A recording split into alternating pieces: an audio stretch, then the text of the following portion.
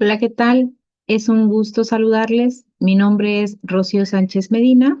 Soy licenciada en Contaduría Pública y actualmente formo parte del cuerpo docente de la Universidad del Norte de Tamaulipas. Me da mucho gusto compartir con todos ustedes este espacio y acompañarlos en su proceso de formación profesional. Como les comenté, soy licenciada en Contaduría Pública y cuento con dos posgrados, una maestría en Administración Financiera, que me ha permitido desarrollar una visión estratégica en la toma de decisiones económicas y financieras, y una maestría en Gestión de Proyectos, con la cual he fortalecido mi capacidad de planear, organizar, dirigir y controlar proyectos en diferentes ámbitos profesionales. A lo largo de mi trayectoria, he tenido la oportunidad de combinar la práctica profesional con la docencia universitaria. Hoy vamos a hablar de los temas principios de inversión en activos corrientes y decisiones financieras y estructura de capital.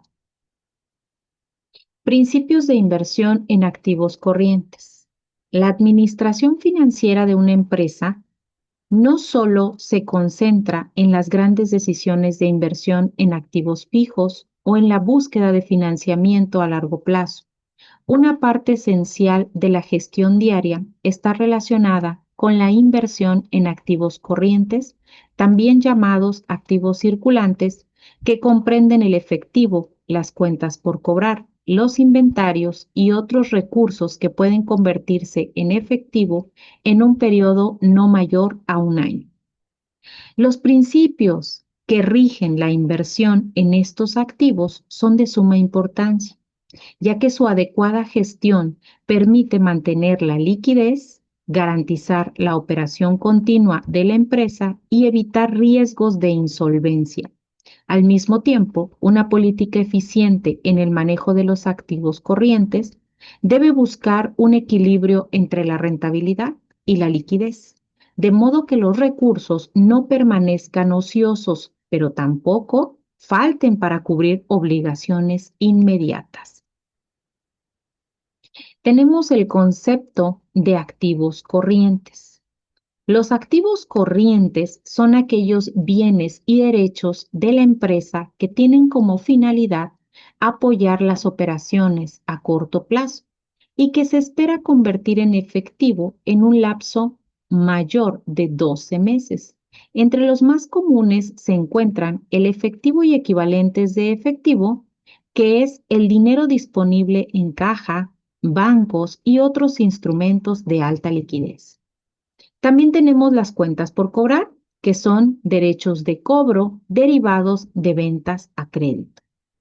Tenemos los inventarios, que son mercancías, materias primas o productos en proceso disponibles para su venta o su producción. Y por último, tenemos otro tipo de activos circulantes, los cuales pueden ser anticipos, gastos pagados por adelantado, entre otros. Entonces aquí tenemos una gráfica que me muestra el concepto de activo corriente y me dice que debe de ser disponible, realizable y en existencia. El disponible lo voy a encontrar en las cuentas de caja bancos o en la cuenta del efectivo y equivalentes de efectivo. El realizable, porque una vez que cobre se va a realizar o se va a convertir en dinero líquido, va a ser en base a mis cuentas de clientes o mis efectos comerciales que tenga pendientes de cobrar. Y las existencias, yo en medida que vaya vendiendo mi mercadería o mi mercancía, voy a poder convertir eso en efectivo, por lo tanto se va a convertir en activo corriente. Tenemos los principios de inversión en activos corrientes. La inversión en activos corrientes está guiada por ciertos principios fundamentales que buscan garantizar la eficiencia financiera y operativa de la empresa. Entre los más relevantes vamos a encontrar el principio de liquidez.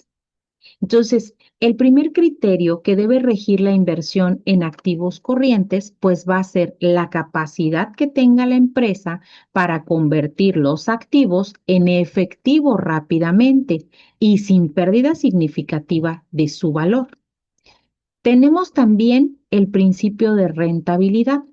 Y aquí las empresas deben buscar que sus activos corrientes no solo garanticen liquidez, sino que también aporten al rendimiento.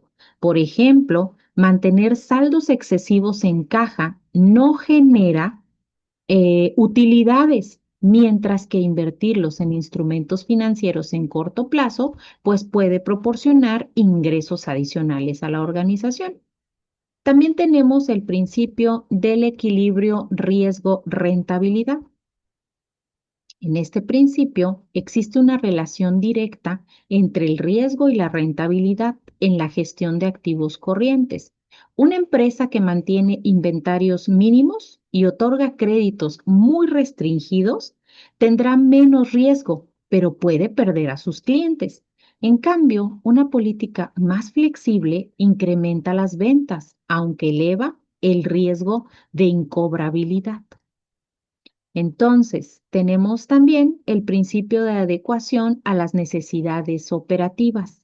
Cada empresa, dependiendo de su giro y características, requiere distintos niveles de activos corrientes. Una compañía comercial puede necesitar altos inventarios para satisfacer la demanda inmediata, mientras que una firma de servicios puede operar con niveles mínimos. También tenemos el principio de financiamiento adecuado.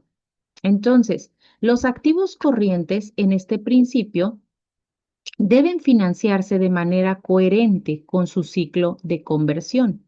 En general, se recomienda que los activos corrientes se financien con pasivos de corto plazo, como cuáles, pues como con las cuentas de proveedores o créditos bancarios que son menores a un año. Tenemos también las estrategias de inversión en activos corrientes. Entonces, la aplicación de los principios anteriores la podemos traducir en políticas específicas sobre el manejo del capital de trabajo y tenemos la política conservadora. En esta política vamos a mantener niveles altos de efectivo, inventarios y cuentas por cobrar, reduciendo el riesgo de insolvencia. Sin embargo, implica mayores costos de almacenamiento, financiamiento y recursos improductivos. Tenemos la política agresiva. Esta política minimiza la inversión en activos corrientes para maximizar la rentabilidad. Esta estrategia reduce costos financieros, pero eleva el riesgo de no poder cumplir con compromisos a corto plazo o de perder ventas por falta de inventarios. Tenemos la política moderada o equilibrada. Busca un balance entre las dos anteriores, garantizando niveles suficientes de liquidez, pero sin descuidar la propia rentabilidad. Es la más común en empresas que buscan estabilidad y sostenibilidad de largo plazo. Tenemos la importancia de los principios de inversión en activos corrientes. Entonces, la correcta aplicación de los principios me permite mantener un nivel adecuado de liquidez para cubrir obligaciones inmediatas, optimizar la rentabilidad mediante el uso eficiente de los recursos, evitar costos innecesarios asociados con excesos de inventarios o cuentas incobrables, generar confianza entre acreedores e inversionistas al mostrar una gestión financiera sólida y garantizar la continuidad de las operaciones incluso en contextos de incertidumbre económica. Las decisiones financieras y de estructura de capital. Pues dentro de la administración financiera, uno de los temas más relevantes es la toma de decisiones financieras, pues de ellas depende la rentabilidad, el crecimiento y la permanencia de una organización en el mercado. Estas decisiones abarcan la asignación de recursos, la selección de proyectos de inversión, la gestión del capital de trabajo, así como la forma en la que nosotros vamos a financiar nuestras operaciones como empresa. También las decisiones financieras. Las decisiones financieras se definen como la determinación que toma la empresa en relación con la adquisición, el uso y la administración de los recursos económicos con el fin de maximizar el valor de la organización. Entonces, para la estructura de capital óptima que nosotros podemos manejar, pues tenemos que tomar en cuenta, número uno, el costo de capital, número dos, una flexibilidad financiera, número tres, una tolerancia al riesgo y número cuatro, todas las normas en las que se maneja la industria, nuestro giro o nuestro sector. Ahora, existen tres grandes tipos de decisiones. Tenemos las decisiones de inversión, las decisiones de financiamiento y las decisiones de dividendos. Entonces, las decisiones de inversión se refieren a la asignación de recursos en activos que generen beneficios futuros. Y aquí tenemos una pregunta clave a la cual tenemos que responder, que es ¿en qué proyectos nos convendría invertir? Tenemos también las decisiones de financiamiento, que estas decisiones implican determinar cómo se obtendrán los recursos necesarios para financiar las inversiones. La empresa aquí debe de elegir entre si va a utilizar un financiamiento interno o si va a utilizar un financiamiento externo. Dentro del financiamiento interno tendríamos las utilidades retenidas, las aportaciones de los socios y dentro del financiamiento externo pues tendríamos créditos bancarios, emisiones de bonos, arrendamientos financieros, etcétera. Y aquí la pregunta clave en la segunda decisión sería, ¿cuál es la mejor forma de financiar las operaciones de la organización? Y tenemos las decisiones de dividendos. Y en las decisiones de dividendos, estas van a corresponder a definir cuánto de la utilidad generada se distribuirá a los accionistas y cuánto se reinvertirá en la empresa. Y aquí tenemos que tomar en cuenta la política de dividendos y que sea una política estable, es decir, pagos constantes a los accionistas. Y los dividendos variables que van a depender de la situación financiera del periodo y también la reinversión total. Y esto se trata de destinar todas las utilidades al crecimiento. Y aquí nosotros vamos a poner en práctica la siguiente pregunta. ¿Cuándo es conveniente reinvertir ganancias o devolver dinero a nuestros socios?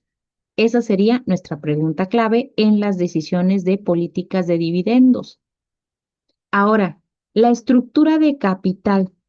Esta estructura de capital me va a hacer referencia a la combinación de deuda y de capital que utiliza una empresa para financiar sus operaciones y sus proyectos de inversión. Lo puede hacer por capital propio. Este capital propio va a estar integrado por aportaciones de los socios o accionistas y las utilidades que la empresa haya retenido. Tiene la ventaja de no generar obligaciones de pago inmediato, pero diluye la participación de los socios o accionistas. También tenemos el capital ajeno, que es la deuda, que son préstamos bancarios, emisión de bonos o arrendamientos. Generalmente más económico que el capital propio, pero incrementa el riesgo de insolvencia al generar intereses y pagos periódicos. Por último, vamos a hablar un poco del apalancamiento financiero. Y entonces el apalancamiento financiero ya me di cuenta que es una herramienta que me permite incrementar el capital propio de inversión a través de figuras de endeudamiento cuando no se dispone de los fondos necesarios. El apalancamiento financiero es una de las mejores técnicas que pueden usar aquellos negocios o particulares que quieren invertir en su expansión y su crecimiento. Es una herramienta que, si bien tiene sus riesgos, permite ayudar a alcanzar metas y a financiar operaciones, aunque no se disponga de mucho capital. El apalancamiento financiero se puede definir como la herramienta financiera que permite incrementar el capital propio de inversión mediante figuras de endeudamiento, como puede ser un préstamo. Mediante este sistema es posible aumentar el capital de inversión rápidamente a cambio de pagar los intereses que correspondan. En palabras simples, el apalancamiento financiero utiliza deuda para financiar una operación financiera. cuando no se dispone del capital necesario, generalmente encaminada a incrementar la capacidad de crecimiento empresarial. De esta forma, se produce una mezcla entre fondos propios y crédito para desarrollar las acciones previstas y así, a mayor endeudamiento, mayor posibilidad de rentabilidad. Ahora, siempre en mis clases, pues es importante recalcarles que la deuda como tal, muchachos, o el apalancamiento no es malo. Lo que es malo es no saber endeudarnos, no tener deudas de calidad. Eso es lo verdaderamente preocupante. El apalancamiento como tal es una herramienta financiera que bien gestionada nos puede ayudar muchísimo a lograr la tan deseada rentabilidad y sostenibilidad en los negocios. Entonces, si hacemos un resumen de este tema, vamos a ver que las decisiones financieras y la estructura de capital necesitan de decisiones de inversión, de financiamiento y de decisiones de dividendos. Y ya vimos conceptos como la liquidez, la rentabilidad, el riesgo, la adecuación y sobre todo un apalancamiento o un financiamiento adecuado puede ser el éxito para nuestras organizaciones o nuestras empresas.